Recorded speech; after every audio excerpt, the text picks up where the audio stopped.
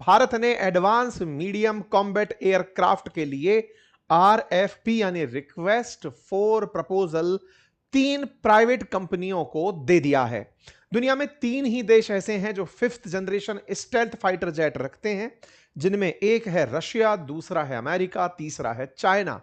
ऐसे में दुनिया में 5th generation stealth fighter jet की रेस में भारत का आत्मनिर्भर होने का यह सपना बहुत समय से अपेक्षित था कि भारत इस क्षेत्र में खुद से स्वतः निर्माण की प्रक्रिया में मैन्युफैक्चरिंग में कब फाइनली आगे बढ़ेगा।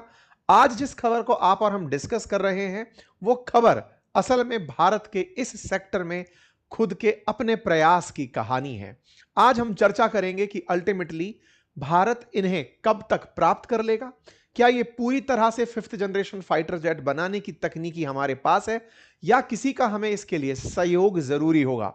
आज के सेशन में चर्चा इस बात की भी होगी कि पाकिस्तान वर्सेस भारत की जब तुलना हो रही है तो एयरफोर्स के केस में स्क्वाड्रन्स की संख्या में भारत पाकिस्तान के सामने क्या चुनौती महसूस कर रहा है। क्या वाकई चाइना भारत की तुलना में कई गुना अधिक फाइटर जेट रखता है। ये सारी बातें और भारत के साथ साथ दुनिया के वो कौन से देश हैं जो इस रेस में तेजी से आगे बढ़ रहे हैं, सभी का आज के सेशन में विश्लेषण होगा। चलिए शुरू करते हैं भारत के एक हिस्टोरिक मूव की, जिसका नाम है AMCA यानी advance medium combat aircraft jet race. और उसमें भारत की 3 कंपनियां 5th जनरेशन फाइटर जेट बनाने का काम शुरू करेंगी। इन 3 कंपनियों के लिए आंध्र प्रदेश को चुना गया है। आंध्र प्रदेश में ये कंपनियां अपना प्रोटोटाइप तैयार करेंगी और उसके बाद फाइटर जेट जनरेशन शुरू होगा। इन तीनों कंपनियों के नाम आते ही HAL का नाम ना आना एक बार के लिए सुर्खियों में रहा कि हिंदुस्तान एरोनॉटिक्स लिमिटेड को क्यों नहीं ये काम सौंपा गया। तो आज के सेशन में इस बात का भी जिक्र होगा। HAL तेजस में कितना बिजी है, क्या वो ये काम कर पाएगा, क्या ये HAL के लिए सेटबैक है, सारी बातें। चलिए शुरू करते हैं। कौन सी तीनों कंपनियां हैं वो जानते हैं। चलिए फिलहाल के लिए चर्चा दुनिया भर के अंदर जो सैन्य तनातनी के बीच में फाइटर जेट्स को लेकर चल रही है उसमें भारत का रिक्वेस्ट फॉर प्रपोजल यानी RFP 3 कंपनी, 3 वो भी निजी कंपनी, उन्हें सौंपना और HAL का नाम ना आना, यह बड़ी हेडलाइन रही। तीनों जो कंपनियां इस बार शामिल हुई हैं उसमें L&T, दूसरी है टाटा एडवांस सिस्टम और तीसरी है भारत फोर्ज। जो लार्सन एंड टर्बो यानी कि जो L&T है, इसके साथ भारत इलेक्ट्रॉनिक्स लिमिटेड रहेगी यानी BEL काम करेगी और भारत फोर्ज के साथ BEML काम करेगी। यानी कि कुल 5 कंपनियां हैं जिनमें 3 प्राइवेट हैं जिनको शॉर्टलिस्ट किया गया है 5th generation advance medium combat aircraft project के लिए। यह खबर जैसे ही आई इसने बहुत सारी तरह से उन सवालों पर विराम लगा दिया कि Bharat 5th generation fighter jet खुद क्यों नहीं बना लेता। इतिहास तो आपको कुछ दिनों का पूर्व का ज्ञात ही है कि अमेरिका अपना F-35 हमें बेचना चाहता है तो सुखोई 57 रशिया हमें बेचना चाहता है। दुनिया में 5th जनरेशन फाइटर जेट्स क्या होते हैं, कैसे फाइटर जेट्स काम करते हैं, इस पर भी हम चर्चा करेंगे। लेकिन एक टेक्नोलॉजी जिसके कारण 5th जनरेशन अलग लीग में जाकर खड़े हो गए वो है स्टेल्थ टेक्नोलॉजी, यानी दुश्मन के द्वारा रडार पर ना पकड़ में आने की इनकी क्षमता। इसी के चलते इनकी जनरेशंस में शिफ्ट आता है। तो आइए अब तक कितनी जनरेशन के दुनिया में फाइटर जेट्स हैं थोड़ा सा ब्रीफ इंट्रो उसका ले लेते हैं। साथ ही साथ में 5th generation versus 6th generation में कौन कहां खड़ा है, हमारे पास कितने 5th जनरेशन फाइटर जेट हैं भी कि नहीं है। चलिए शुरू करते हैं। देखिए साथियों, सबसे पहले जनरेशन वाइज चीजों को समझते हैं। शुरुआती दौर जब फाइटर जेट शुरू ही हुए थे जिसमें MiG-21, MiG F-86 सैब्रे जैसे फाइटर जेट्स थे, शुरुआती दौर था उड़ना भर और उड़ करके निशाना मारना भर, ये फर्स्ट जनरेशन थी। धीरे धीरे मिसाइलों की साथ में कि भाई मिसाइल किस में सही समय से लग गई, रडार किस में उपयुक्त तो लग गया, तो जनरेशन चेंज होती चली गई। 3rd जनरेशन जब आई तब मिसाइल जहां दिख नहीं रहा वहां तक भी मारी जा सके, 3rd जनरेशन कहलाई। 4th जनरेशन जब आई तब कहा गया कि ये एडवांस रडार के साथ मल्टी रोल में कि एक साथ कई फंक्शन ऑपरेट कर सकें, वो 4th जनरेशन कहलाए। 4.5th जनरेशन के अंदर जिसका हमारे पास राफेल है, ये वो विमान थे जिनको 4th जनरेशन से बेहतर माना गया, लेकिन स्टेल्थ के बिना होने के कारण 5th जनरेशन नहीं माना गया।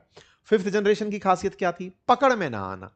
पकड़ में क्यों ना आना? क्योंकि रडार से जो रेडियो वेव्स निकलती हैं उन्हें ये खुद अवशोषित कर लेते हैं।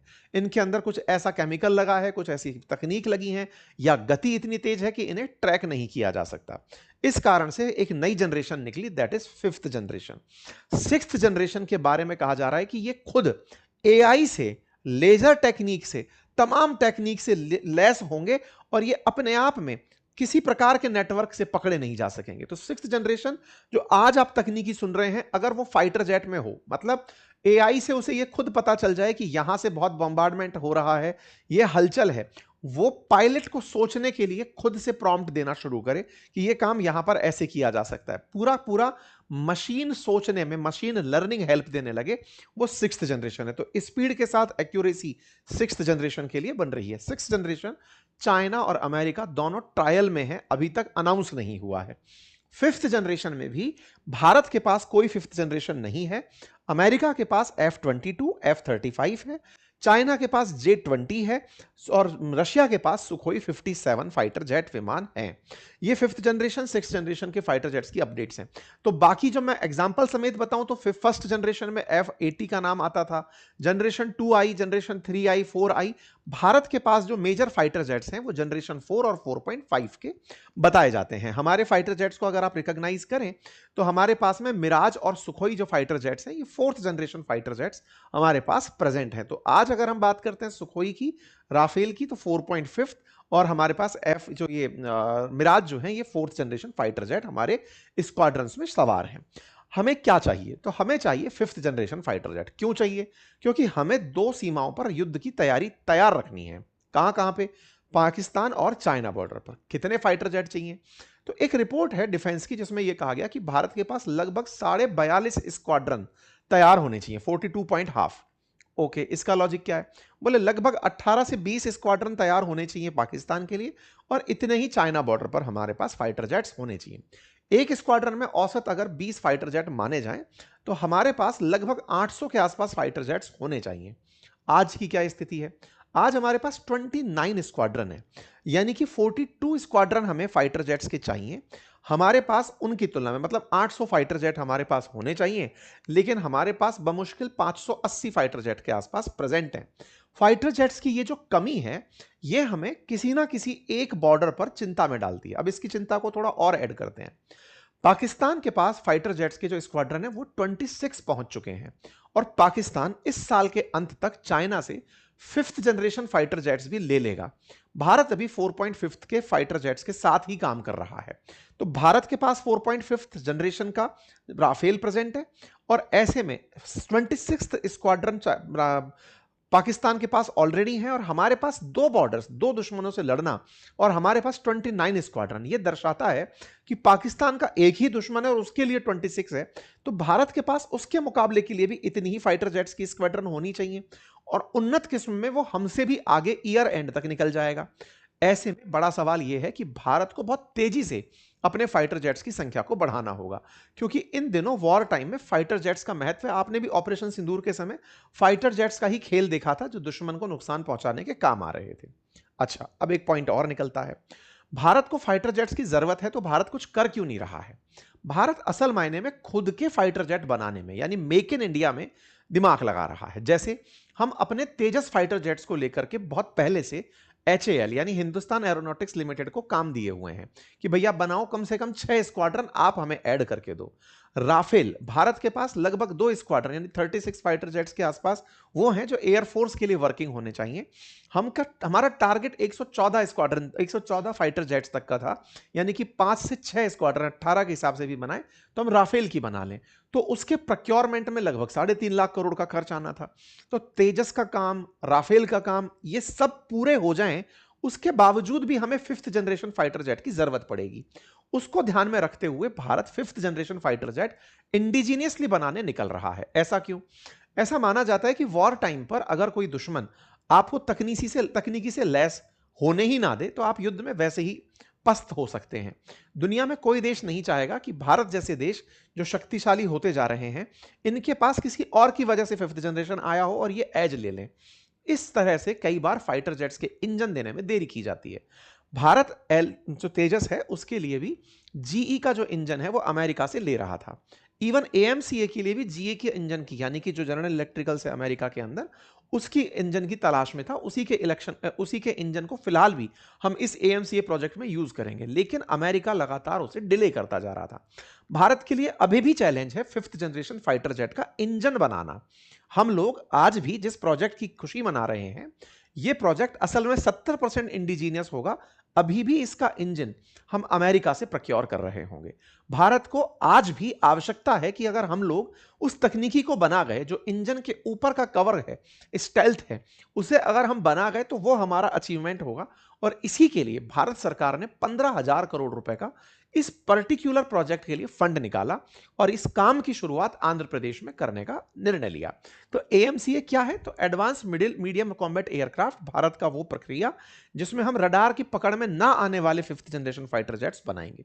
क्या ये अचानक आया थॉट? नहीं साहब, थॉट 2010 में आया, 2023 तक इसकी चर्चाएं, डिजाइन चली, 2024-25 में सरकार को फिर आया कि यार चलो इसके लिए बजट निकालते हैं। तो 24 में कैबिनेट कमेटी ऑन सिक्योरिटी ने इसके लिए बजट निकाला। मतलब 2010 से 14 तक केवल प्लानिंग चली। उसके बाद 24 में जाकर के 15,000 करोड़ रुपए का इसके लिए एक प्रोटोटाइप बजट बनकर आया कि ठीक है साहब, पैसा तो दो ताकि कंपनियां काम करने आए, अदरवाइज आप किसी को बनाने का टास्क भी दो, देश में किस कंपनी को काम दोगे? तो इसके लिए फिर कंपनियों का चयन होना शुरू हुआ। रखा गया कि किसी भी कंपनी के पास में ऑलरेडी उसकी जो ऑर्डर बुक है वो 3 फोल्ड से ज्यादा बिजी ना हो। मतलब ऐसा ना हो कि कोई कंपनी आ रही है, उसके पास ऑलरेडी बहुत सारे ऑर्डर्स लगे हुए हैं, जैसे एचएएल के पास, उसके पास जो काम है उससे 8 गुना ज्यादा एडवांस बुकिंग चल रही है। तो ऐसे में बोले एचएएल आउट है, 3 गुना का ही सिस्टम रखो। तो 3 गुना के सिस्टम में 3 कंपनियां निकल कर आई, एल&टी, टाटा और तीसरी फोर्ज। इन तीनों को टास्क दिया गया बेल और बीएएमएल के साथ मिलाकर कि आप आओ और चलो आपको परमिशन देते हैं। तो कैबिनेट कमेटी ने 5th जनरेशन के लिए हमारा ये काम सुनिश्चित करने के लिए काम दे दिया है। ठीक है, तो भारत में एएमसीए बनेगा। इसको कौन सुपरवाइज करेगा? तो डीआरडीओ की जो एरोनॉटिकल डेवलपमेंट एजेंसी है वो इस पूरे कार्यक्रम को अपने द्वारा सुपरवाइज करेगी। तो टाटा के साथ मिलकर के कुल मिलाकर के इस काम का शुरुआत में जो फैसला हुआ, अब वो जाकर के इनको RAF दे दिया गया है, रिक्वेस्ट फॉर प्रपोजल इनको पकड़ा दिया गया कि ठीक है अब आप लोग इस काम को करो। क्या करना है? 2 तरह के फाइटर जेट्स बनाने हैं, एक है AMCA Mark 2 और एक है AMCA Mark 1। Mark 1 के अंदर GE का इंजन लगेगा जो HAL के सहयोग से बन रहा है, और जो Mark 2 बन रहा है उसके लिए हम फ्रांस की सेफ्रॉन कंपनी है उसके साथ बातचीत में है कि उस फाइटर जेट का जो इंजन है वो फ्रांस की कंपनी के थ्रू हम तक पहुंचे। दोनों फाइटर जेट्स की खासियत वही कि एडवांस तकनीकी के हैं। AMCA जो Mark 2 है उसको 90% इंडिजीनियस रखने का प्लान है, उसको 6th जनरेशन तक ले जाने की योजना है, उसकी स्टेल्थ कैपेसिटी बहुत अल्टीमेट होगी ये मान करके उसका विकास करने की योजना चल रही है। जहां तक स्टेल्थ AMCA Mark 1 की बात है, ये 2029-30 के आसपास फर्स्ट फ्लाइट देखेगा। तो Mark 2 जो है वो 2032-33 के आसपास अपनी पहली फ्लाइट उड़ते हुए देखेगा। सर्विसेज में 34-35 के आसपास हमारा AMCA Mark 1 इंट्रोड्यूस हो जाएगा और 36 से 38 के बीच में हमारा Mark 2 AMCA सर्विसेज में इंट्रोड्यूस हो जाएगा। इस तरीके से हम लोग ये काम करने निकले हुए हैं। ठीक है साहब, इस काम को अभी पहला प्रोटोटाइप देखने में 2028 आ जाएगा, परीक्षण 2029 से 34 तक चलेगा और 34 से 35 के आसपास ये परीक्षण पूरे जब हो जाएंगे उसके बाद में जाकर के हमारी वायुसेना के अंदर इन्हें शामिल किया जाएगा। ठीक है, जहां तक बात हो दुनिया में 5th जनरेशन फाइटर जेट्स की देशों की स्थिति की, तो जैसा मैंने आपको बताया कि अमेरिका, रशिया और चाइना हमारे लिए ज्यादा जानने योग्य है कि चीन के पास J-20 फाइटर जेट और J-35 फाइटर जेट है जो उन्नत किस्म के हैं, और वो J-35 को पाकिस्तान को देने की तैयारी कर रहा है। इस साल के अंत तक एक्सपेक्टेड है कि वो मिल जाएगा। ऐसे ही रशिया के पास सुखोई 57 फाइटर जेट है, अमेरिका के पास उसका अपना रैप्टर जो F-22 है और F-35, ये 5th जनरेशन फाइटर जेट हैं। भारत 2035 में जाकर 5th जनरेशन अपना बनाएगा। इसका मतलब यह हुआ कि हमें इस 10 साल के लिए भी 5th जनरेशन फाइटर जेट खरीदना पड़ेगा, उसकी भी तैयारी हमें करनी होगी। भारत ने 15,000 करोड़ का ये जो प्रोजेक्ट है इसका ले स्टोन अभी आंध्र प्रदेश के अंदर रखा। ये वो ट्वीट है और ये वो तस्वीरें हैं जो उस फाउंडेशन स्टोन की जिस समय भारत के रक्षा मंत्री और आंध्र प्रदेश के मुख्यमंत्री ने इस प्रोजेक्ट की नींव रखी थी।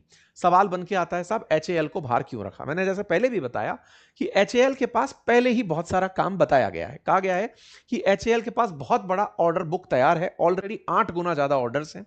उसको जो ऑलरेडी ऑर्डर दिए हुए हैं उसमें से तेजस का मिलना है, प्रचंड हेलीकॉप्टर का मिलना है, तेजस Mark 1 Mark 2 इन दोनों का मिलना है, F414 जो GE का इंजन है इसकी असेंबली है। ये बहुत सारे काम उसके पास ऑलरेडी खुले हुए हैं और भारत को आवश्यकता है कि प्राइवेट सेक्टर को भी इसमें इंट्रोड्यूस कराया जाए, इसलिए फिर ये प्रक्रिया अपनाई गई। ठीक है, अब सवाल है कि भारत के लिए इतना जरूरी क्यों है? जरूरी, जैसा मैंने आपको बताया कि हमारे दुश्मनों के पास फाइटर जेट है तो हमारे पास भी होने चाहिए। हमारी स्क्वाड्रन की आवश्यकता ज्यादा है, हमारे पास अभी स्क्वाड्रन कम है। कम क्यों है, इसके पीछे का कारण है कि हमारे हमारे जो मिग 21 है वो रिटायर हो गए। तो ऐसे में मिग 21 का रिटायर होना और तेजस की डिलीवरी में देरी होना, इससे हमारे स्क्वाड्रन की संख्या में कमी हुई। एक समय तक हमारे पास 39 स्क्वाड्रन तक पहुंच गए थे, लेकिन अब फिर से मिग 21 के रिटायर होने के बाद, क्योंकि काफी सारे मिग 20 उड़ते समय हमारे कोलैप्स कर गए, फाइटर जेट्स थे गिर गए, तो ऐसी स्थिति में भारत ने फिर से अपने स्क्वाड्रन को बढ़ाने का फैसला लिया है। जहां तक हो राफेल की बात, तो राफेल की बातें ही हैं कि हम और खरीदना चाहते हैं, लेकिन वो ऑर्डर को पूरा होते समय टाइम लग रहा है। ठीक है, ये हमारी जरूरतों के कारण है। जहां तक बात हो फाइटर जेट्स की कंपैरिजन की, तो पाकिस्तान अगर 25 स्क्वाड्रन अभी रख के बैठा है और दिसंबर तक 26 हो जाएंगे, भारत 29 रखकर बैठा है, तो ये चुनौती है। और चाइना 66 स्क्वाड्रन, एक स्क्वाड्रन में लगभग 18 से 20 फाइटर जेट, तो ये भारत के लिए बड़ा चुनौतीपूर्ण है, इसलिए हमारी ये जरूरत है। सवाल है कि इन दोनों में से किसे चुन रहे हैं हम। तो देखो F-35 का तो भारत में पहले ही विरोध हो चुका है। रशिया के साथ हमारी बातें F-35 सुखोई 57 को लेकर चल रही हैं कि इन 10 सालों के लिए हम क्या खरीदते हैं, पर देखना होगा भारत अमेरिका और रशिया में से किसे चुनता है। जहां तक F-35 की फिजा है वो भारत में पहले से बिगड़ी हुई है, इसलिए ये माना जा रहा है। जहां तक बात हो चाइना की, चाइना जहां एक और 5th जनरेशन में तो बढ़ ही रहा है, 6th जनरेशन के लिए वो बहुत तेजी से आगे बढ़ रहा है। 6th जनरेशन में हाल ही में इसका शेयांग J5 उड़ते हुए और चेंगडू F-36 उड़ते हुए देखा गया। तो ये जो विमान उड़ते देखे गए थे, ट्रिपल इंजन के साथ में उड़ता हुआ देखा गया, विदाउट टेल उड़ता हुआ देखा गया। इसकी चर्चाएं दुनिया भर में हुई पिछले साल कि चाइना वाले तगड़ी तेजी के साथ आगे बढ़ रहे हैं। चाइना बढ़ रहा है तो पाकिस्तान भी बढ़ रहा है, और हमारी चिंता तो पाकिस्तान चाइना दोनों है, क्योंकि इनका J-35 भी अगर पाकिस्तान के पास हुआ तो वो हमारे सामने एक एज लेकर खड़ा हो जाएगा। इसीलिए भारत की आवश्यकता बनती है कि हम तेजी से आगे बढ़ें। हम 6th जनरेशन के लिए क्या कर रहे हैं, हम अंतरराष्ट्रीय स्तर पर या तो फ्रांस जर्मनी के साथ जाएंगे या यूके इटली जापान के साथ जाएंगे। ये सब देश 6th जनरेशन की भी प्लानिंग में लगे हैं, तो भारत इनमें से भी अपना बेस्ट पार्टनर चुन रहा है। 6th जनरेशन भविष्य की प्लानिंग है, 5वें जनरेशन के पहले खरीदने हैं, AMCA बनाने हैं और 6th जनरेशन का सपना देखना है। 14 साल पहले 6th जनरेशन में AMCA देखा था, 5th जनरेशन में वो आज जाकर के उसका RAF जारी हुआ है। आज 6th की बातें कर रहे हैं, पता चलेगा 15 साल बाद 6th के पास पहुंचेंगे। भारत को टेक्नोलॉजी में बहुत तेजी से उन्नयन करने की आवश्यकता है।